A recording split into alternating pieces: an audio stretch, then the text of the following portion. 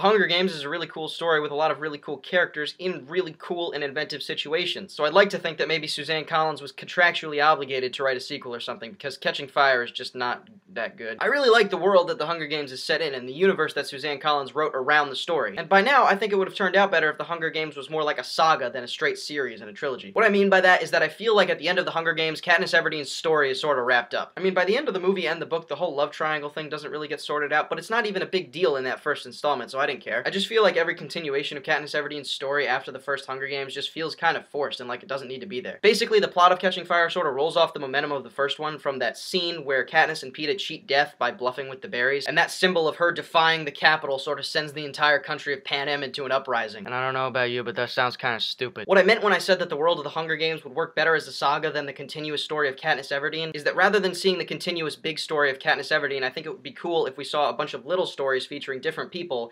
inside the whole world. By the time Katniss Everdeen's story begins, the Hunger Games has already been going on for 74 years. And the absolute best chapter in the Catching Fire book is when you learn more about Haymitch, so I think it would be really cool to follow the stories of other people who have been in the Hunger Games, rather than Katniss's story, which just kind of spirals into badness later in the story. Another reason I'm sort of worried about why the Catching Fire movie might not turn out perfect is because they ditched the director of the first movie, Gary Ross, and now we got Francis Lawrence. I didn't do the research. I don't know why Gary Ross is gone. I thought he had a good time making the first one. Maybe it was a contract thing. But when it comes to that first Hunger Games movie, he had the absolute perfect vision for how it should look. All those crazy wild camera movements and the really fast chopped editing fit the tone of the story perfectly. And after seeing the first Catching Fire trailer, it doesn't look nearly as cool as the first one. Don't get me wrong, Francis Lawrence is fine. I think I Am Legend is great, but it doesn't look like the way this movie is shot fits the Hunger Games. And you know, I like the Hunger Games because it focuses on one central story. I mean, there's kind of a love triangle and there's some other tiny little plot threads weaved in there, but for the most part, the story focuses completely on this girl in this situation. You focus on one thing the entire time, and therefore you can flesh it out and make it really, really interesting. And that's what the Hunger Games does, focus on one thing the entire time. Catching Fire, however, has so many things going on. The love triangle becomes a much bigger part of the story, Katniss's mom and sister become a much bigger part of the story, there's a war, there's an uprising, there's another Hunger Games,